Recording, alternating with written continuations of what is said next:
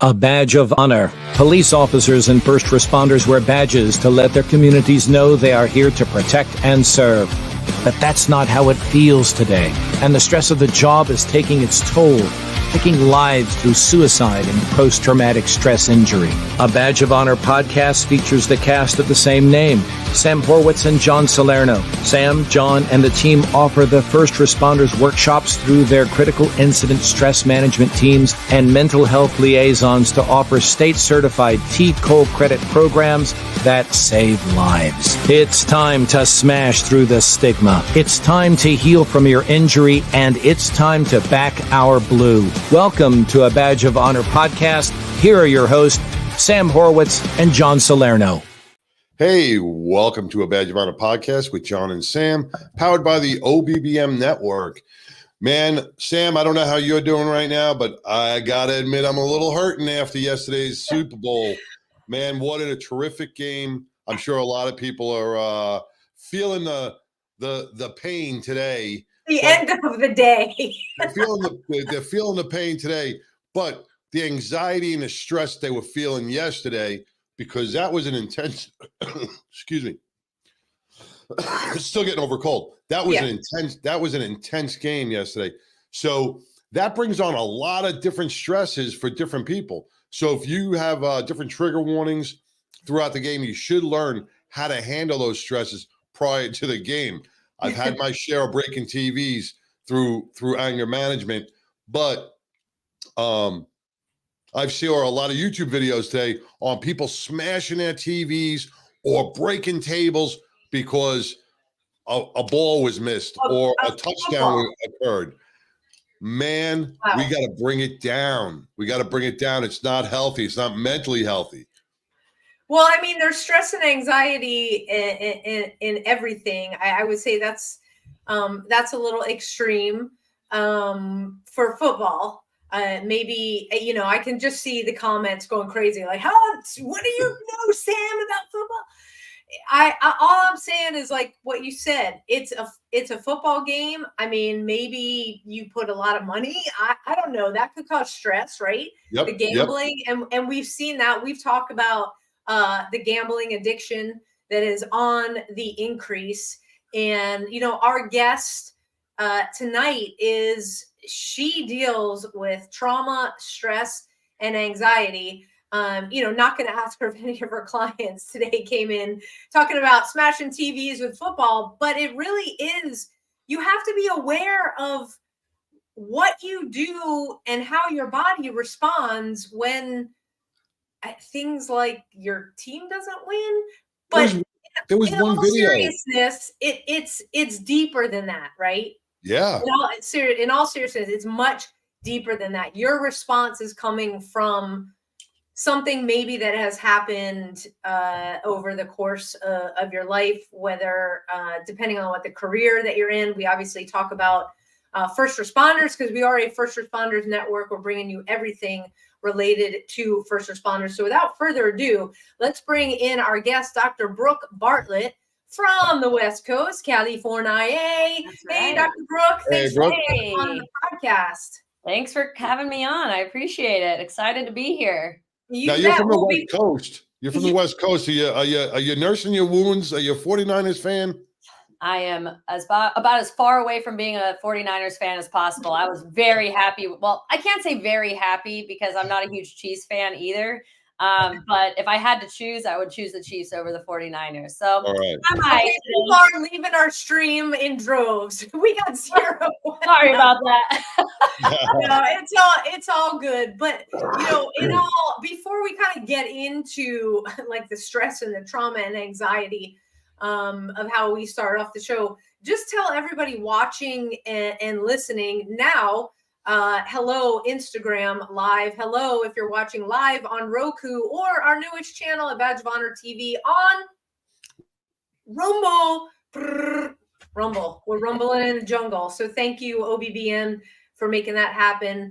Dr. Brooke, just let everybody know like your background and why you decided to go this avenue, because you work with a lot of first responders and veterans. Yeah, so let's take you all the way back to when I was just a wee girl. Oh, there's only 50 minutes. No, I'm kidding. So it all started back. Way back. So I come from a family with some military in it. I'd always been very, very much drawn and fascinated by warfare and how warfare trauma affects people. So even when I was like 9 or 10 years old, I would be buying like Ken Burns Vietnam War books. Like that's what I was reading, and my parents were like, "What the hell is wrong with her?" Like, buy like chicken soup for the soul or something, kid. Like, what's wrong with you? So I was always very much drawn towards that. I've always been a very patriotic person. I'm very, very, very grateful for the people who I always remind people they don't only risk and sacrifice their lives, but they sacrifice their minds sometimes too. So I knew I wanted to become a psychologist. My former life, I was an athlete and was hoping that I could become a professional athlete, but my body had a different plan. So once I retired early due to injuries, I was like, all right, time to go become a psychologist, and was on the track to become a military trauma psychologist. I was working at the National Center for PTSD, got my master's degree doing research with combat veterans. And when I went to get the PhD, it takes about 12 to 15 years to become a psychologist. When I started that road, we had just made a connection with the fire and the police department, a couple of the largest agencies in the country. And the fire department was only one of 3 at the time that had staff psychologists. So I spent all 6 years of my doctoral trajectory specializing and working with first responders. And right off the bat, I fell in love with it. I was like, wow, this is very similar. These two populations are very similar. And actually a lot of the first responders were former military as well. So yeah, I really just immersed myself in it. I was on call 24/7 there at the critical incidents. I was there at the funerals. I was there at the promotions. I also have a big research background. So I was doing a lot of research across the nation, collecting data on first responders and kind of going from that scientifically informed approach. So yeah, when I finished the long road to becoming licensed, I immediately opened up my own business and have been serving first responders and military through that as well. Well, thank you. Thank you. Yes, thank you. Well needed. It's well needed. And your focus is, is generally, you see clients from all different backgrounds, but your focus is that trauma, stress, and anxiety. And how have you seen? We'll just say over the past 4 years, basically since that big sickness thing. We don't want to get taken down, our broadcast, so we got to be careful with the way we say it. But how have you seen the stress and the anxiety? Has it increased for first responders, or is it not? Did it increase, decrease, increase again, or is it kind of all over the place? Significant increase, and that has maintained. Like a very, very significant increase in, honestly, just poor mental health, poor functioning. There's a lot of different factors that went into that, from policy and legislation changes, and just being exposed to, but the population itself got mentally sicker. And so first responders are responding to that more. There's more overdose, there's more opiate addiction, there's more homelessness, there's more all of that. So having to consistently be chronically exposed to all that, even at a higher level, I think has contributed a lot to that as well. So is that the vicarious or secondary trauma, as we like to, I guess that's what it's called clinically, not what John and I like to call it. But, So it's kind of twofold, because it's more than that. So you got the policy changes that came along, shift work change, everybody was on 12s, then being immersed in it. So the secondary trauma, it sounds like, and we've talked to other guests, where it's like the departments, the agencies, they didn't move with the expectations that were being laid upon the men and women out there. Yeah, I would agree with that. And also I'll comment on technically it's not even considered secondary trauma. It's primary trauma. So anytime you're exposed, even if your life is not at risk, or you're not at risk of bodily harm or anything, being chronically exposed to witnessing and seeing these things is considered trauma in and Yeah. of itself. And I think that's important for first responders to know that.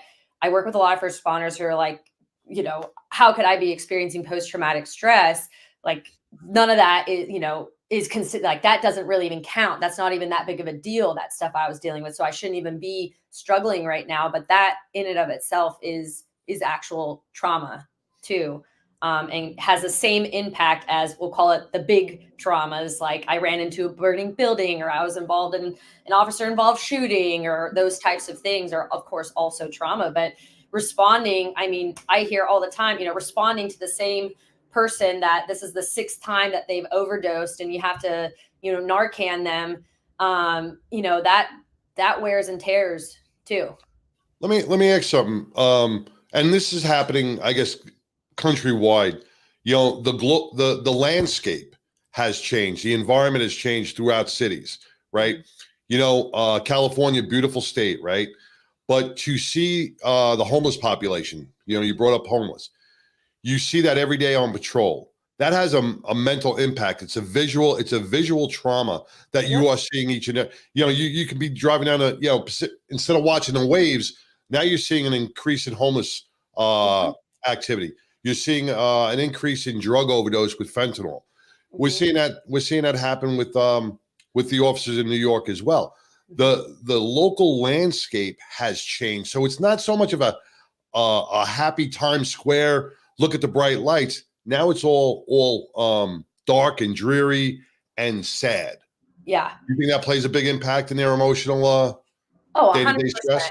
And what I'm really seeing a pickup in, and this is related to trauma as well, but is what's known as moral injury, and the impact that has. Because again, I hear from first responders all the time in the therapy room things that they won't express out loud in the public, but that so many are struggling with the same exact thing. For example, if we're talking about that homeless example of, like, they're too embarrassed to say that is impacting them, that so and so that they just responded to for the 5th time who had overdosed, that they actually care about that, but that it's starting to have an impact on them. Like, no, I don't truly care about this human being itself, but yeah, having to witness someone in such a desperate state all the time, overdosing, and just in this case, like, say they're homeless and they're just completely dilapidated, and having to be exposed to that all the time, and knowing that there's not really anything else I can do,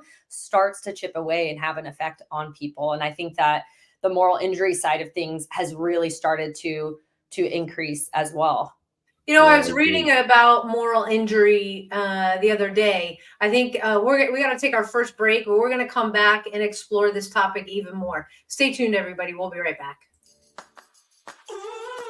Move freely, America, without medical restrictions or penalty. Without medical freedom legislation in place, our rights and freedoms are one vote away from being dissolved. Move freely, America, with one voice, without fear of retribution, achieving a common goal: medical freedom. We, the people, make our voices heard by connecting with state legislators and engaging a constitutionally compliant medical Bill of Rights for all citizens. Individually, change is improbable, but as an aggregate, attainable. It's time to act with one voice. My voice. And my voice. And my voice. And my voice. To protect our freedom, creating one voice that cannot be ignored. This requires your voice, too.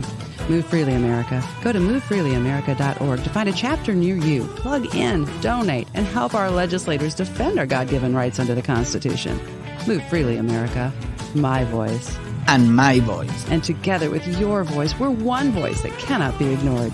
Donate today. MoveFreelyAmerica.org.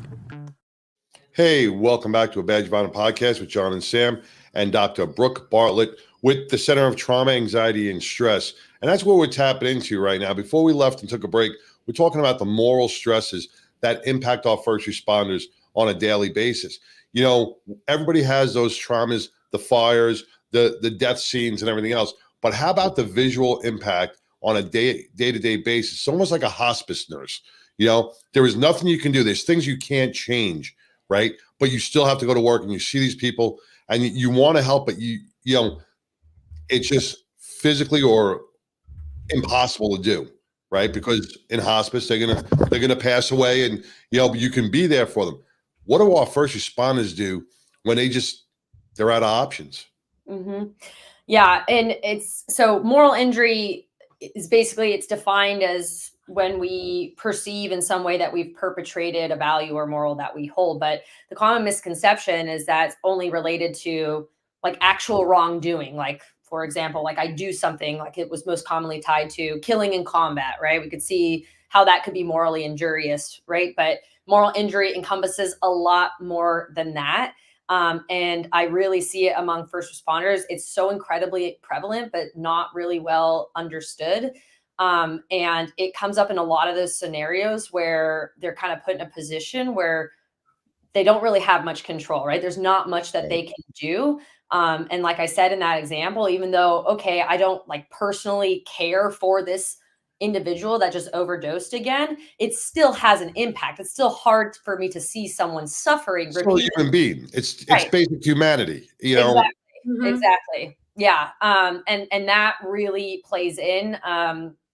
And it doesn't even need to be, you know, there's a lot of first responders who experience moral injury based on, you know, certain protocols or legislation that they have to follow, right? I mean, a friend of mine was recently taught, who's a sergeant at a police department, was talking about, you know, the limited pursuit legislation that got passed, you know, which really put them in a bind on who they could pursue in different cases, and, you know, not being able to pursue someone who they knew was actively committing horrific domestic violence against his partner, you know, and he couldn't pursue him, right? And that's morally injurious to them, right? So it's super, super prevalent among first responders. And there's so many situations that I think have increased since then, right? Since the sickness, as you put it. Yeah. But you just hit a great topic, and a lot of our first responders, and I'll say it, are handcuffed. So the job that they originally took to help and be part of a solution to a community outcry, they can't do anymore because policy, procedure is handcuffing them from their job. And that on a whole other level is stressful, you know? So they're getting hit in every different direction. Yeah. Yeah.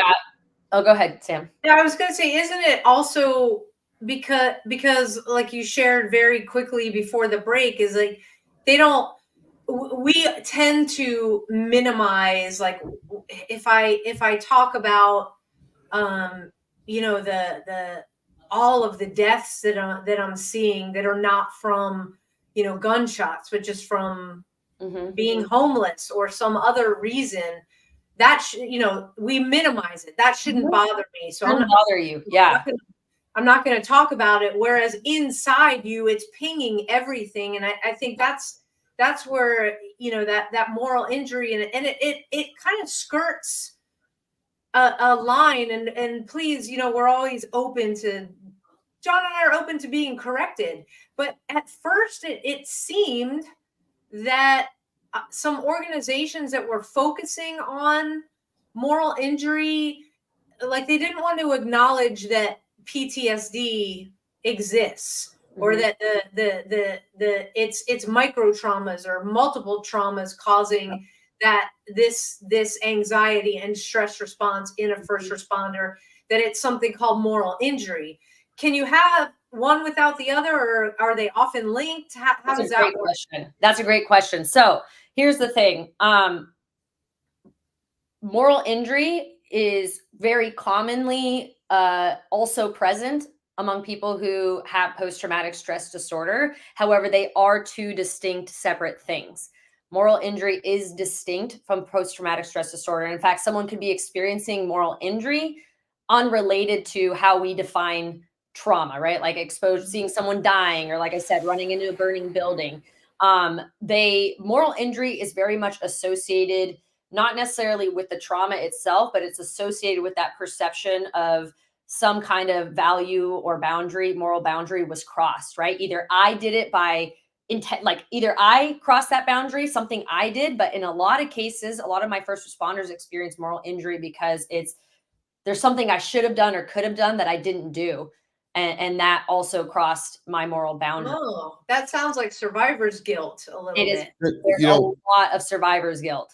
Now, let me ask something. You can get diagnosed with post-traumatic stress disorder, right?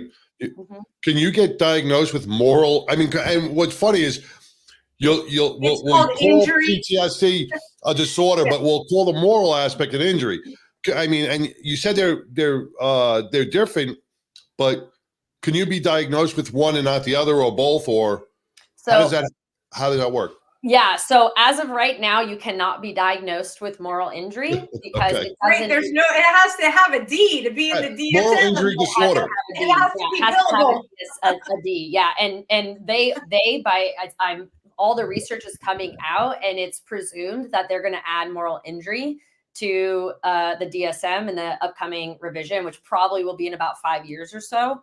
But it is not acknowledged as in the diagnostic section as of right now. But I am pretty confident it will eventually be added. But unfortunately, I think that's also what contributes to it not really being as acknowledged. A lot of people think that moral injury is post-traumatic stress disorder, and it's not. Again, it is distinct. I mean, the way I'm saying the scientists were able to, it's a pretty new, even though people have been experiencing it based on warfare for so long, that it's newly acknowledged in the last 20 years or so. And it was actually researchers running a study with Vietnam combat veterans at the VA about 20 years ago or so, treating them for post-traumatic stress disorder.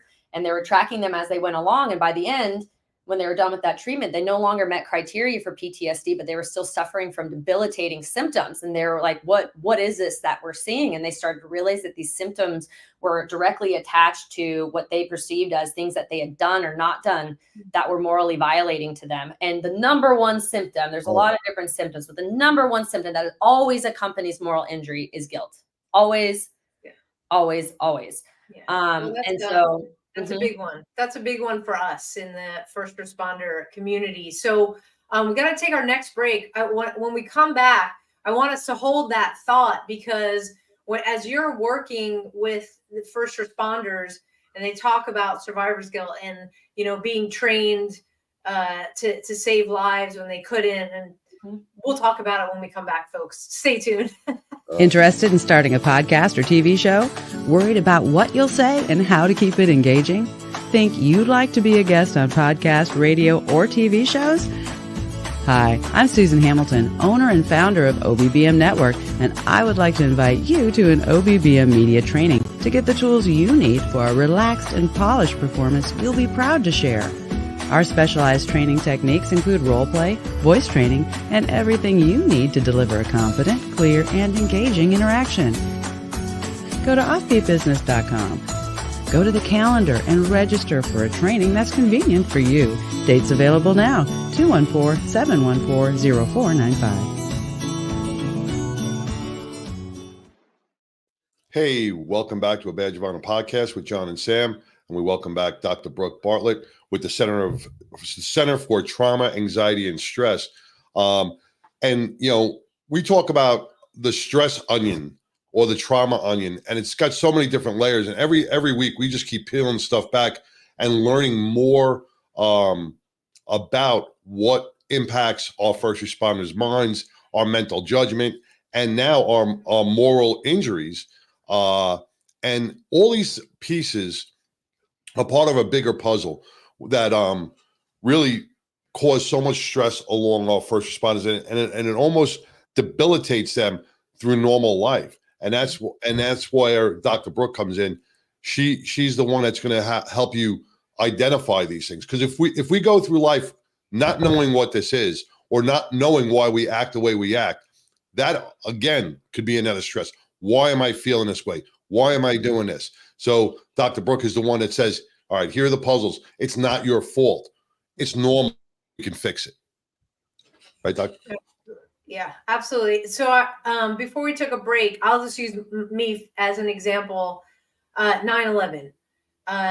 We were trained to save lives. That's what we did. And, we watched not only people that we worked with, but strangers. Lots of people died, couldn't do anything, couldn't save them. I talk in our workshops about a young man that we helped rescue from a school. He passed away during an elective surgical procedure, had nothing to do with 9/11.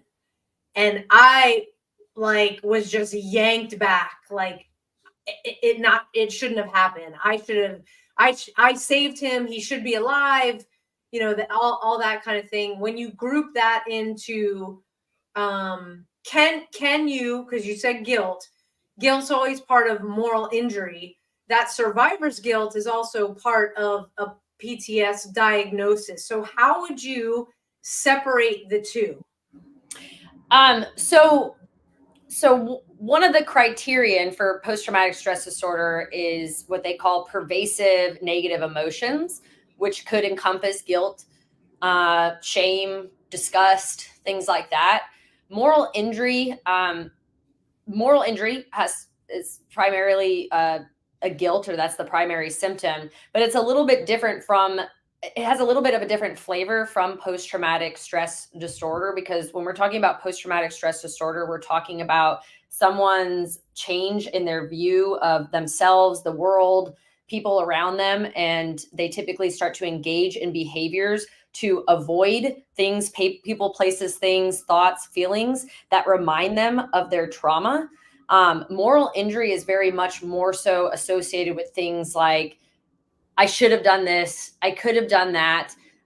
If I hadn't done this, then maybe they'd still be alive. Or if I was only a better father or mother or friend or this or that, this would be better. So it's very much centered on that moral, internal moral code, and very much centered just specifically on the person, as opposed to someone who, let's say, is sexually assaulted by a male, and they develop PTSD and they start avoiding interactions with males, or they'll change their work schedule so that they're not around males. Right. And so again, there's definitely overlap between the two, but someone can no longer meet criteria for PTSD if they go through a PTSD treatment and still be experiencing moral injury that needs to be addressed. And that's something I experience a lot with the individuals I see in therapy is, if they come in with both, we'll address the PTSD first. If we notice they're still experiencing some of that guilt, and let's say it's survivor's guilt, why am I still here when my buddy is not? We address that as well. How do you tap into that? Yeah, I was trying to figure out how to formulate this. Like John LaRocchia, when we're talking about 9/11, right? John would laugh to save his lives, switch tours. So he's had survivor's guilt. He switched tours with his best friend on that day, and his best friend died. Should have been him. He was home. So he experienced that survivor's guilt. Mm-hmm. How do we tap into it? And what are some of the common treatments to show that, this wasn't your fault? This is just God's plan, God's will. How do we look at it on a grand picture, Yeah, that's a great question. So there is an evidence-based treatment developed specifically for moral injury by some colleagues actually here in San Diego. It's called trauma-informed guilt reduction therapy, also known as TRIGGER. Now it has the word trauma in it, but again, someone doesn't necessarily need to have experienced, we'll call it a big T trauma, like life-threatening or anything like that. Some people I work with a lot of first responders that experience moral injury. Let's say, I call it balancing first responder family versus civilian family, where they're trying to be a good mother, father to their family at home. But the job obviously makes it really difficult to always be fully available, and they start to experience moral injury, trying to balance those two things out, right? A big part of treating moral injury, there's two big parts. One, I go in and systematically, using the evidence-based techniques, we what's called evaluate the guilt. Okay. It involves a lot of psychoeducation about what guilt is, what adaptive guilt is, what maladaptive guilt is, different types of guilt. Survivor's guilt is one of those. And then we start to really systematically evaluate that person's guilt. So for example, let's say, in the example that you gave, right? I forgot the exact details, but you're saying, his friend responded. tours. Sorry?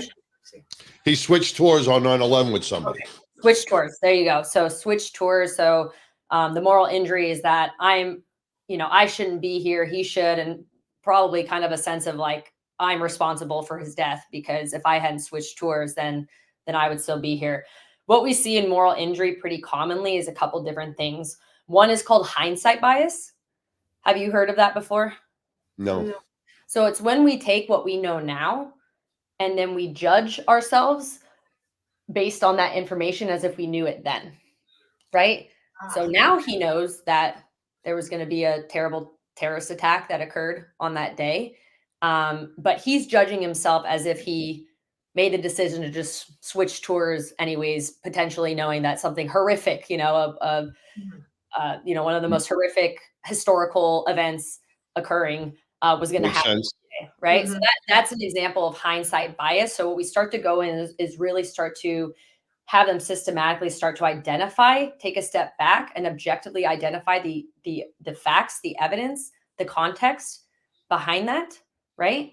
We also really target what's known as justification bias, which is basically when we take a terrible outcome and then we kind of in some way find a way to direct us to that outcome. So the death of this individual, that we've created some kind of path to, I am directly responsible for the death of this individual, as if I caused it, as if I had intention to cause the death of this individual. Now, you and I, the three of us here, can sit back and use this example, and we know objectively, of course, he's not responsible for the death, right? Of course not. Of course, he didn't do anything. Of course, if he had even a semblance of potential information that something like this could happen, I'm sure he would have just stayed on shift and right.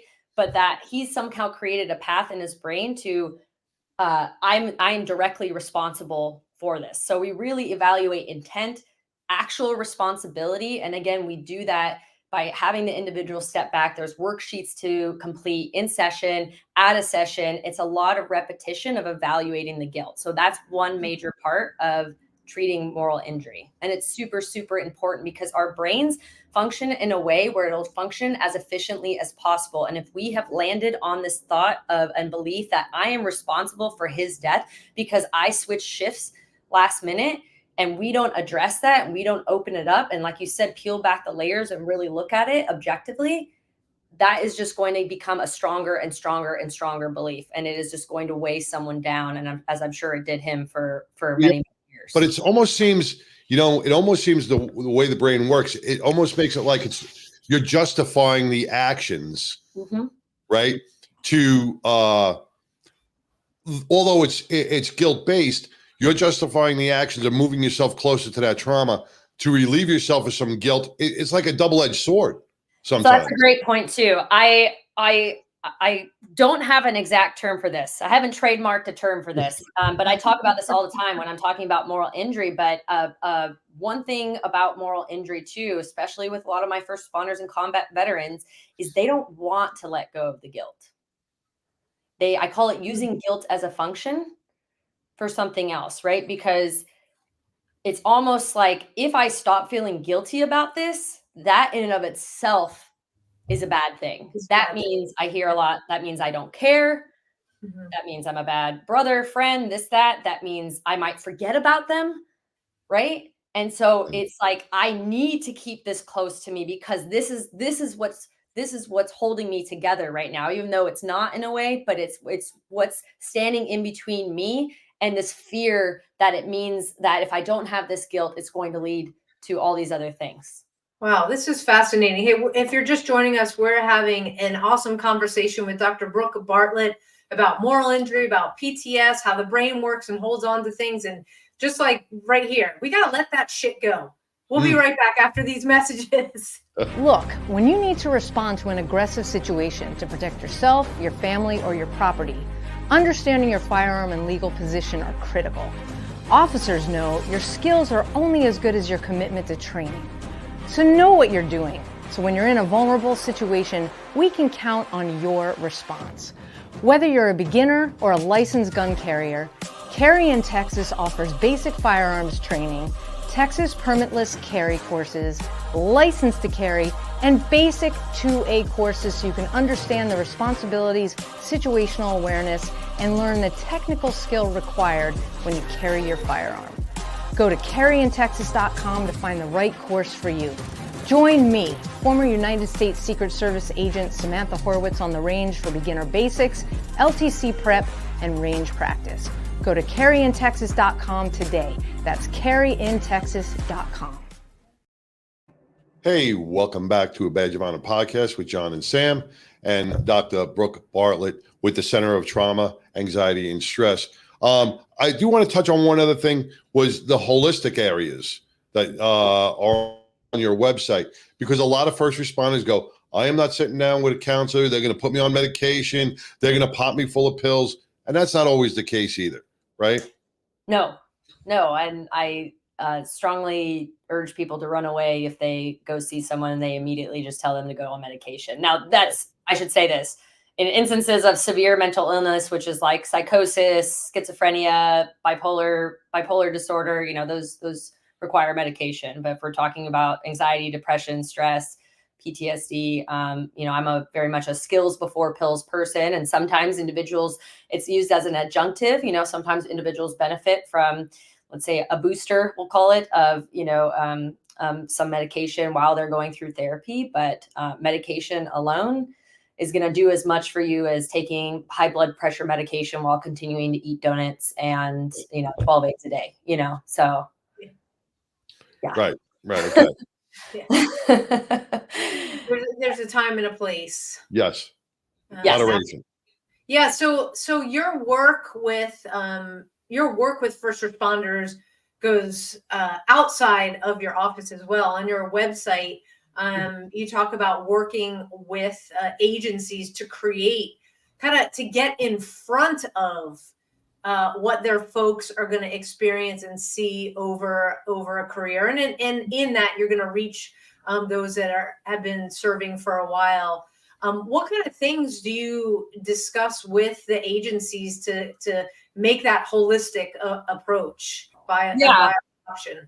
Yeah. So I think a lot of agencies, and I think a lot of us as individuals, including myself, sometimes function like from a reactive approach. Like we wait until, am I allowed to swear on this? Yes. Okay. We wait until shit hits the fan, and then we got to do something about it, right? Or we wait until we hit rock bottom, and then we got to do something about it, right? And the idea is that we want agencies to start functioning from the perspective of, like you said, getting out in front of it. I think about it as 3 lines of defense, right? The third line of defense is that reactive portion, right? Crisis, people who are in crisis, things like that. And that's needed in every department too, by the way. This is your strike teams, chaplains, things like that. When terrible crises happen, we need that as well.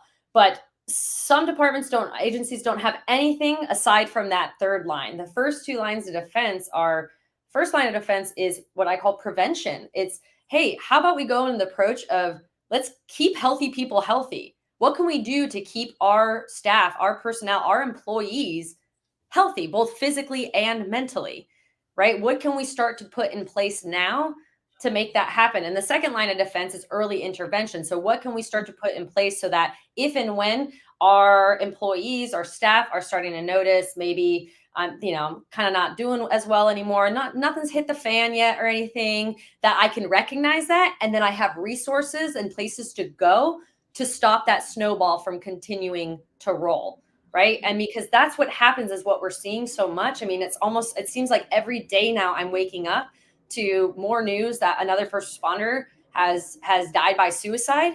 And that is an accumulation, right? I know you guys had Dr. Olivia on last week, and I'm sure you talked a lot about suicide, and I'm really fond of her work and the idea that it's not impulsive. It's not just this one thing. It is an accumulation of things, right? So when I'm working with agencies, it's really about, how do we set things? What can we do? What are you willing to do to set things in place to keep your personnel healthy and to allow them resources to intervene early before shit hits the fan?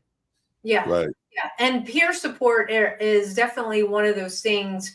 Yep. You have that on your website as well. You talk about peer support. It's not just a matter of like you go peer support. You have to have the right recipe to make it work for your agency. Can you talk a little bit about that? Yeah, peer support is I every single agency, small, large, in between, should have a peer support team. And it's really important to have a clear set of policies and guidelines when setting up your peer support team, and making sure your peer support team has the proper training so that they understand their role. Their role is not to fix, right? Their role is to support and to be there, to be a liaison if someone does need more help, and say, I'm here. I may not know how to solve your problem right now, but I'm here with you. And I want to try and find someone with you who can help you. Right. That's a major, major aspect in peer support programming. And I find that there's sometimes agencies that have peer support programs that, one, their peer supporters aren't really clear on what their role is, and they're burnt out because they're just kind of trying to put out fires all the time. And two, employees don't feel comfortable going to their peer supporters, right? They have a peer support program set up that people actually don't feel really comfortable utilizing. So when we're talking about proactive peer support, and there's a lot of different factors that go into that, but proactive peer support is peer support that's not just utilized when things are bad. Right. Immersed in the culture, immersed in the agency, right? So when I'm training and building peer support teams and I'm training peer supporters, we're talking about reaching out to people during good times too, normalizing talking about these things, right? Just really building a presence in that, of that connection, so that if someone was going to be struggling, that they'd be more likely to reach out to that person. And also, are you more likely to reach out to someone for help and say, look up the number? Okay, how exactly do I reach these peer supporters? Who are the peer supporters and how do I contact them? Probably not, right? And so you're already stressed. Exactly. Yeah, you're not going to do research. Exactly. Most of us would be deterred by that, right? Of like, how do I even do that? So proactive peer support is also about, like I said, immersing it in the culture, making it very clear to the whole department and the agency what peer support is, how to access them, confidentiality, and having the peer supporters also just be present and be reaching out for the good. I always say the good, the bad, and the in-between. It shouldn't also only be associated with like, that guy's seeking peer support. I wonder what's going on with him. Did you hear his wife's leaving him? Like, yeah, going through it. Yeah.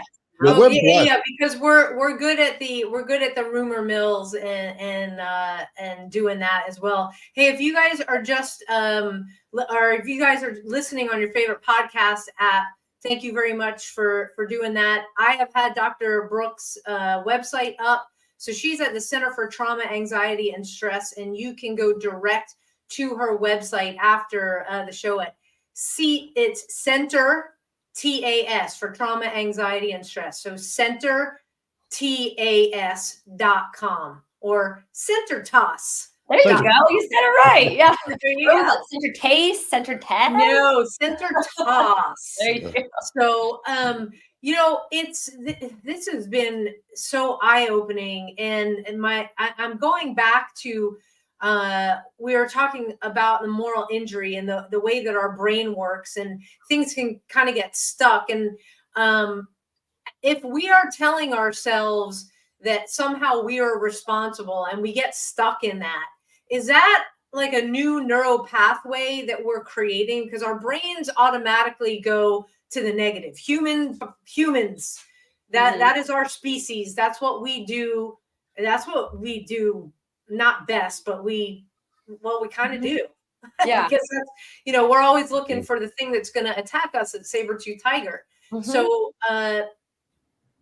is it a new neural pathway that's being created? And if we don't deal with that, that's where that's a great question. So to answer your question with a yes or no, yes, if it's done enough. Right. Our brain, like you said, our brains are built to operate efficiently. And so it's like, for example, like say you got a new job and you're driving to work and you have to look at maps to get there, right? Because you don't know how to get there. It's your first time. Maybe you use the maps the first few times, but after a while, you don't need to be as focused as to where you're turning or anything because it just becomes normal, right? Our brains do the same way with our patterns of thinking and what goes on in our thoughts. And so after a while, our brain will actually start to form certain connections, start to strengthen certain areas that maybe aren't really serving us so well. So if we're talking about, I have a pattern of just turning the blame on myself and thinking about myself and doing that will become a pattern because our brain actually starts to fire in that way. But here's the great news. We are all born with a superpower, okay? And it's called neuroplasticity. Yeah. Because even though our brain starts to build new connections and build those new neural connections or those neural connections that maybe like we're thinking negatively and we're blaming ourselves, we have moral injury and all this, our brain is actually also malleable. It is designed to change. And so we are capable of actually strengthening areas that have been lost. It's called functional and structural neuroplasticity. So our brain is actually capable of pruning away some of those connections that we don't actually want there anymore, and building newer, stronger connections that take its place. Just as we would, I use analogies and metaphors to physical things because I think we can more easily understand and relate to them. But when I broke my knee in half, I literally cracked my kneecap in half, had to be in a splint. I was atrophied, right? I had to rebuild the strength in my leg and the other areas of my body, by the way, that got weak because I wasn't able to operate properly. And it took a lot of work, but I was able to rebuild that. And our brain is the same way. Now, I also like to let individuals know that even though we're born with this superpower, it doesn't just happen on its own.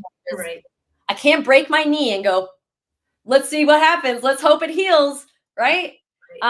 So it takes repetition. It takes intention. It takes consistency. So intention, repetition, consistency over and over and over again. That's how we start to build those new neural connections. And so if we're talking about therapy, right? Therapy for, let's say, moral injury, these evidence-based treatments are designed to be very repetitive. They require a lot of work, right? I always tell people, you're with me, let's say 1 hour a week in the therapy room, but there's how many hours of the week? 160, right? Mm-hmm. So most of the work's being done outside of this, right? It takes actually engaging in what we call the homework and doing these things and implementing them consistently to start seeing that change. Yeah, and the change is remarkable. We got to take our last quick break. We'll be right back, Dr. Brooke. To the Health Engineer Show, I'm Cliff Buckley, the health engineer right here on the Offbeat 50. Hi, I'm Larry Cortez. Hi, my name is Susan Hamilton, and you're watching Offbeat.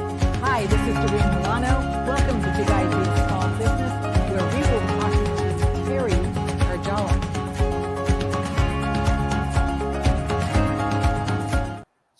Hey, welcome back to a Badge of Honor podcast with John and Sam and Dr. Brooke Bartlett. Before we are tapping into so many things that when we talk about removing the layers, and now we're talking about survivor's guilt, we're talking about moral injury, we're talking about PTSD, and all these things impact us no matter what field we're in. If we're in fire service, police service, or veterans, we can't deny ourselves saying this is not going to affect us, because it may not affect us right now, but later on down the road, 5-10 years after retirement, something's going to strike us. So it's very important to get the mental health treatment or the knowledge about this, throughout your career. Mm-hmm. Be proactive with it. Be proactive. That inoculation that that Dr. Olivia talked about last week, because if you're in front of it, it's almost like you can't say you didn't know. Mm-hmm. Right? After 5 years, this is kind of what it's going to look like. After 10 years, 15 years. And if you're listening on your favorite podcast app, Dr. Brooke Bartlett can be reached at, her website is Center TAS. That's center and then TAS for trauma, anxiety, and stress.com. CenterTAS.com. And you can reach out to her at her website, which is chock full of so much more information. But the ultimate important contact me button, because you can not only help the first responder to themselves, if they need trauma, or maybe they don't need trauma, maybe they want to set up peer support because they don't have one. You can make that happen. And it's really about, let's get in front of this. Let's get into the departments. Let's get the departments on board for creating a healthy, positive environment for first responders to thrive. So not that we want to put people like Dr. Brooke out of business, because the research is there and we will always need people like Dr. Brooke, because John, like you said, we may not recognize it at 10 years. It may be after 25. But we're growing. I mean, we're learning each and every day. I mean, every day we learn something new. So, the moral injury, it's basically this. I think this is the first time I've heard of it brought into moral injury, stated that way. So, I mean, a lot of the stuff that we're learning is new.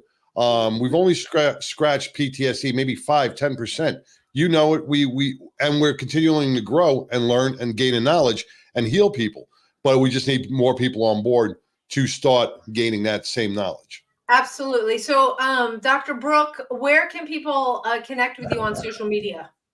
Yeah, so my Instagram, Dr. Brooke PhD. So that's doctor spelled out, and then Brooke, Brooke PhD on Instagram. I'm also on LinkedIn as Brooke Bartlett.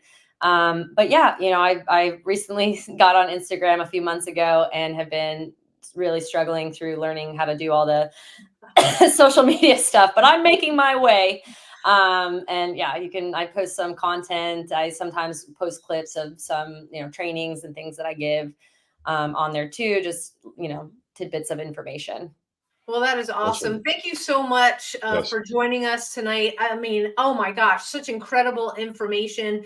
And reach out to Dr. Brooke if you want to find out more about moral injury, because it's real and it's very interesting to understand.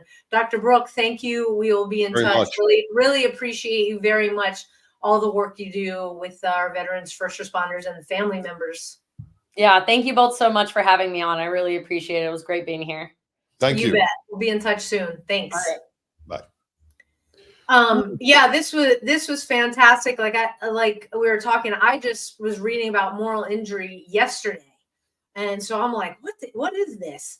Recognizing, way back when I had treatment, I was like, nobody ever really talked about this, even though the research may have been being done, got to collect the numbers and stuff, but it is fascinating. And, just, we say it every week, you have to be aware of what's going on inside of you. When you realize something's off, even if it's just a little bit, you do something that is demanding that 99% of people can't do. That's being a first responder. So take care of yourself physically and mentally as well. So thank you again to Dr. Brooke for coming on. We have got so much going on.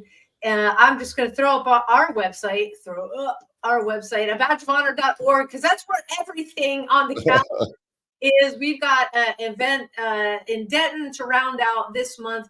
We've got events in March. So just go to badgeofhonor.org. You can click on events. We've got a first responder family event coming up. If you're local to the DFW area, you're going to want to check that out, especially if you're in the fire department. And then we've also got a unique workshop coming up with Our Watch, equine therapy. They're one of our partners, and you can find out more about that on our website as well. That's badgeofhonor.org. We want to say thank you, John and I, to everybody who tunes in each week. If this is your first time, welcome. If it's your first time watching us on Rumble TV, welcome. Roku, the same. We want to thank OBBM Network and everybody who's saying, hey, we want this content. Thank you so much for getting it out there. And hopefully we're making an impact. Don't be a stranger. Reach out if you need some assistance. Hit that like, hit that subscribe button on YouTube, that bell, ding, ding, ding, so you can be alerted and get notified when we're going live. And John and I are all over the place on social media. The best place to to find us on all your favorite social media outlets. We're at A Badge of Honor. You can just search us up there, send us a message. We want to thank these guys right here, Carry the Load. If you don't know about Carry the Load, we are nonprofit partners in their Continuum of Care program, and Carry the Load is very generous in that they give back. It's a give back to us to be able to provide scholarships to our first responders to build that awareness piece that we are talking about tonight and that we talk about on every podcast, because it's really important. You have to be aware of what is going on when you answer the call to do a demanding job. So with that, thank you very much to all of our first responders out there. We are praying for you every single day. We understand, we get that it is really hard right now. Okay. Reach out. You've got thousands of people that are praying for you every day. So thank you for keeping our communities safe. To all of our veterans out there, thank you for what you did, for allowing us to do a show like this every week. To our active duty personnel fighting the good fight across the world, keeping our shores safe here at home, thank you. And with that, John, take us home. Man, you said it best. One thing, just, if you could be anything in this world, man, basic humanity, just stay kind, and that will get you through the day. Peace. Till next week, everybody. Take care. A Badge of Honor podcast is produced for the OBBN Network podcast and protected under copyright law. For content permissions, please submit your request to abadgeofhonor.com on the content page. For OBBN Network programming information, please call 214-714-0495 today.